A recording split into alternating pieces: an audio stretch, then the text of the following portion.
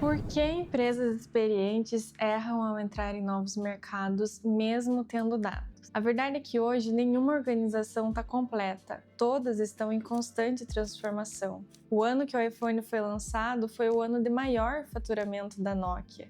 Parece que está tudo bem, de repente vem uma nova tecnologia e muda tudo.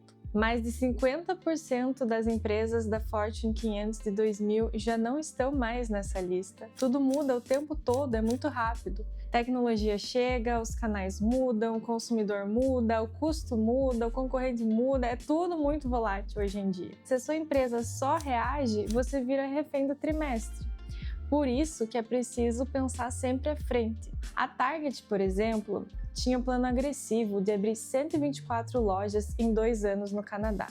Eles já eram reconhecidos como uma das maiores lojas de departamento dos Estados Unidos e aparentemente você pensa, eles só precisavam replicar um modelo que já funciona num outro mercado, certo? Errado, porque sem considerar o contexto, eles tiveram um prejuízo de 2,1 bilhões de dólares, fecharam 133 unidades e demitiram mais de 17 mil funcionários. Eles tentaram correr antes de aprender a nadar. A infraestrutura não estava pronta para suportar esse volume e o resultado fala por si só. E aí sim vem a pergunta que interessa para qualquer CEO que está diante de uma possível expansão, né? Como saber em qual mercado entrar, qual estratégia usar antes de apostar alto? Porque entrar em um novo mercado pode trazer muitos bons retornos. A tendência é essa, que vai trazer mais receita para a organização, que ela vai poder ter mais experiência, mas é uma aposta grande, você vai ter que investir muito, você vai ter que aprender sobre esse novo mercado. Então, como fazer isso da melhor maneira? E hoje eu quero falar justamente sobre inteligência de mercado e o que ela realmente significa e por que ela é o fator que separa expansão estratégica de aposta disfarçada de FI. Inteligência de mercado é um processo de decisão. É uma forma de reduzir riscos ao compreender melhor aonde você está entrando. Imagina que você precisa atravessar uma floresta desconhecida. Você sabe exatamente onde que você quer chegar, onde você precisa ir, mas você nunca esteve nesse lugar antes. Você não conhece os caminhos, não sabe onde o terreno é mais instável, onde pode ter algum atalho, algum risco, algum perigo. E aí imagina fazer isso sem nenhum tipo de orientação, só no feeling. Você pode fazer isso? Você pode, algumas pessoas conseguem atravessar essa floresta, outras se perdem, outras voltam quando acham que não estão avançando ou que estão indo pelo caminho errado. A inteligência de mercado é justamente como entrar nessa floresta com o GPS. O GPS ele não elimina a floresta, ele não elimina possíveis riscos, mas ele garante que você sabe onde está e te dá esse caminho para onde você tem que ir. Ele te dá a direção. Expandir para um novo mercado é exatamente isso.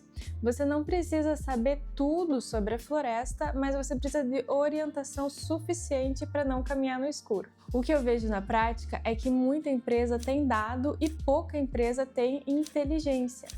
A inteligência só vem quando existe o aprendizado. Inclusive, no meu mestrado, esse foi o tema da minha pesquisa. Ela foi centrada justamente em entender por que algumas empresas conseguem usar dados para tomar melhores decisões e outras não.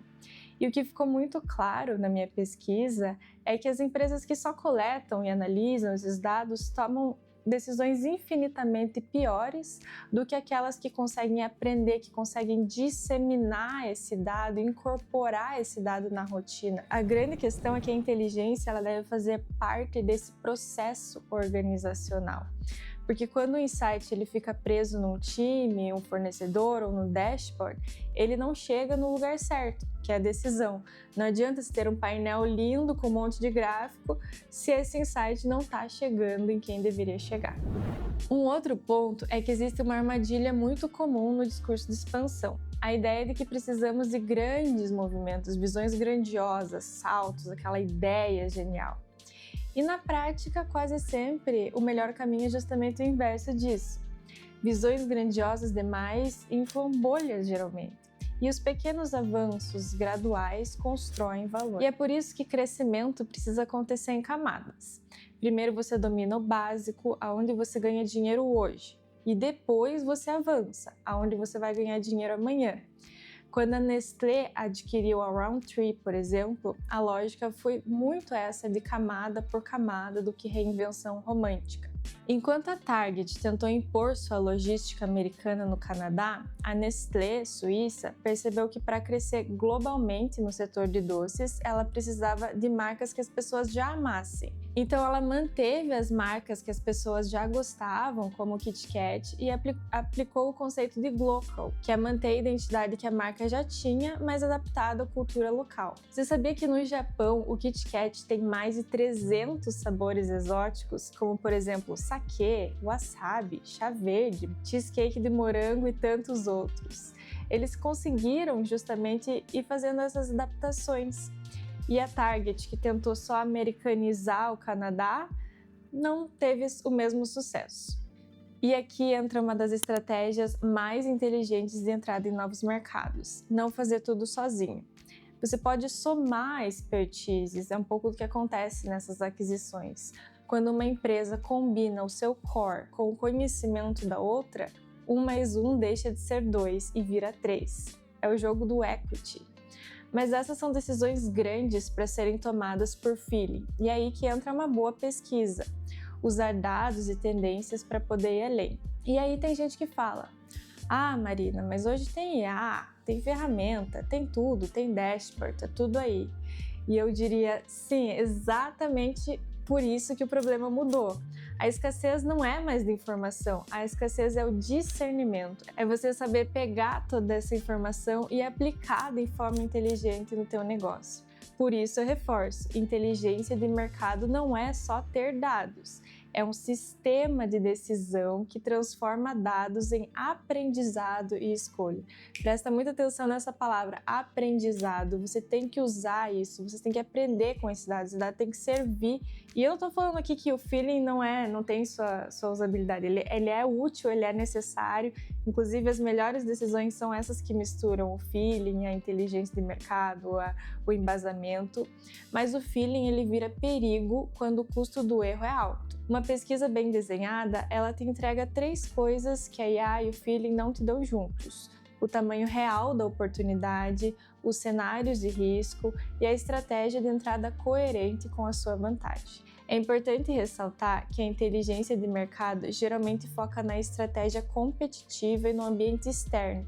Ela analisa todo o contexto, tudo o que está acontecendo para trazer mais clareza. E ela é diferente do Business Intelligence, que foca mais no ambiente interno. A pesquisa ela é parte da inteligência de mercado, ela é uma ferramenta de inteligência de mercado.